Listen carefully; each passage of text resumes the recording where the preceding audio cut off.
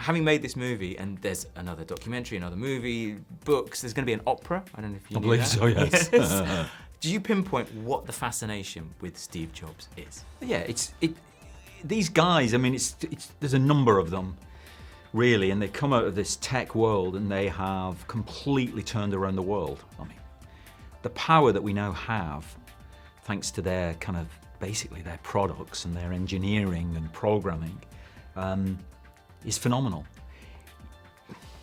You want to look at the refugee crisis at the moment. An ingredient of the refugee crisis in Europe is phones. The communication that everybody has now means that governments can't quite close borders like they used to. They can't control information like they used to. So it's like constant. The world is evolving at its phenomenal speed because of these changes. And I think governments are almost scared to hold these people to account sometimes. They've become so powerful, so fundamental in the riches that they can bring to a nation if they decide to, set up shop here or what like that governments are wary of tackling them.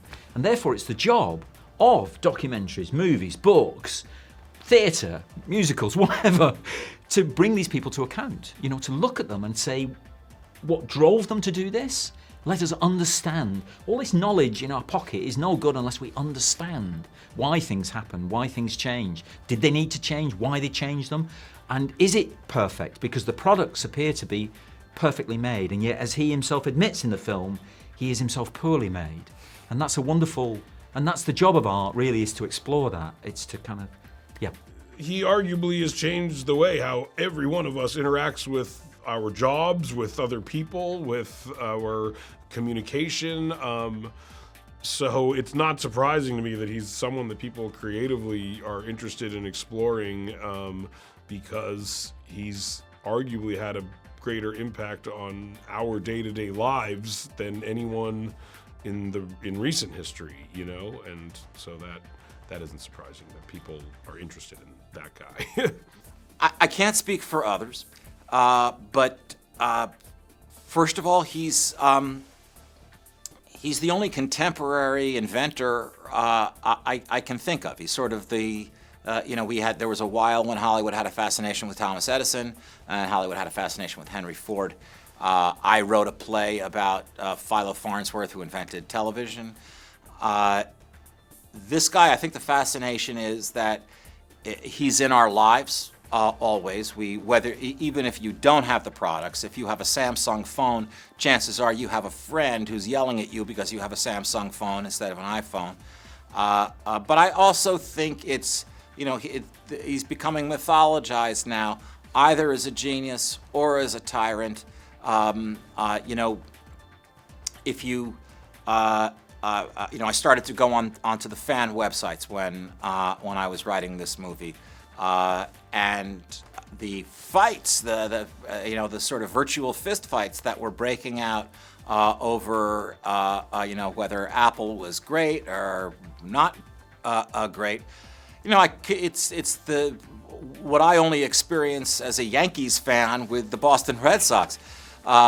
So people really do have that kind of passion about their products, and it's exactly what Steve wanted. Well, he's like Edison and Alexander Graham Bell. He changed the world.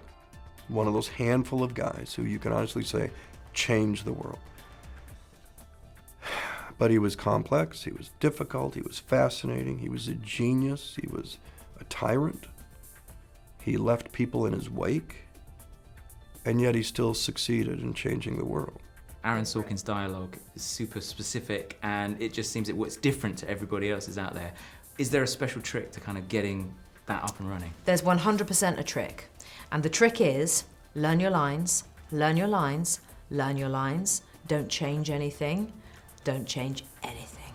That's the trick. Because if you try and fiddle with it, drop a word, add a pause that doesn't exist, the whole entire thing just unravels. And we were so lucky because we had so much fun saying all of this dialogue. And honestly, I'm so excited about this film because I just think it's so fantastic. I don't mean to sound like a braggart, but it's actually easier to do Aaron's dialogue than most of the stuff that comes my way, because it's to use a sort of tech world phrase, like it's user friendly. You know, you find it's I found it was easier to learn it. It comes more like trippingly off the tongue. You know, he writes the way people think, and it's really elegant and not only fun to play but easy to absorb. You know, it's just fun.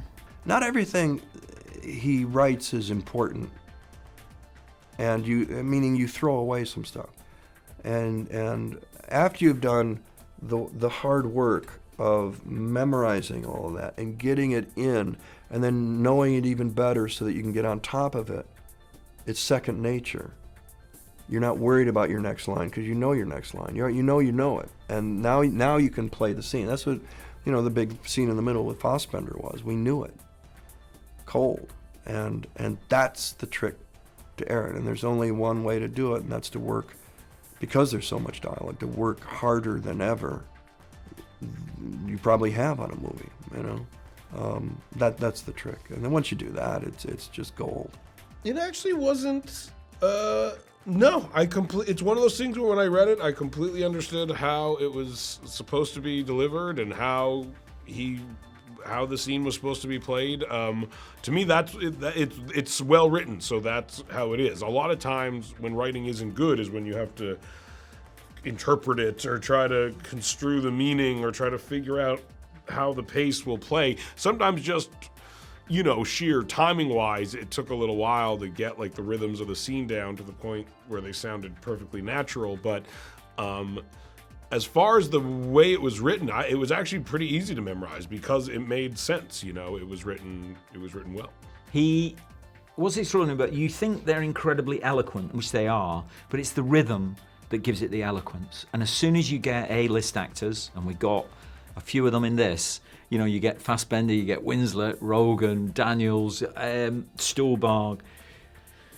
As soon as they start speaking you can hear it.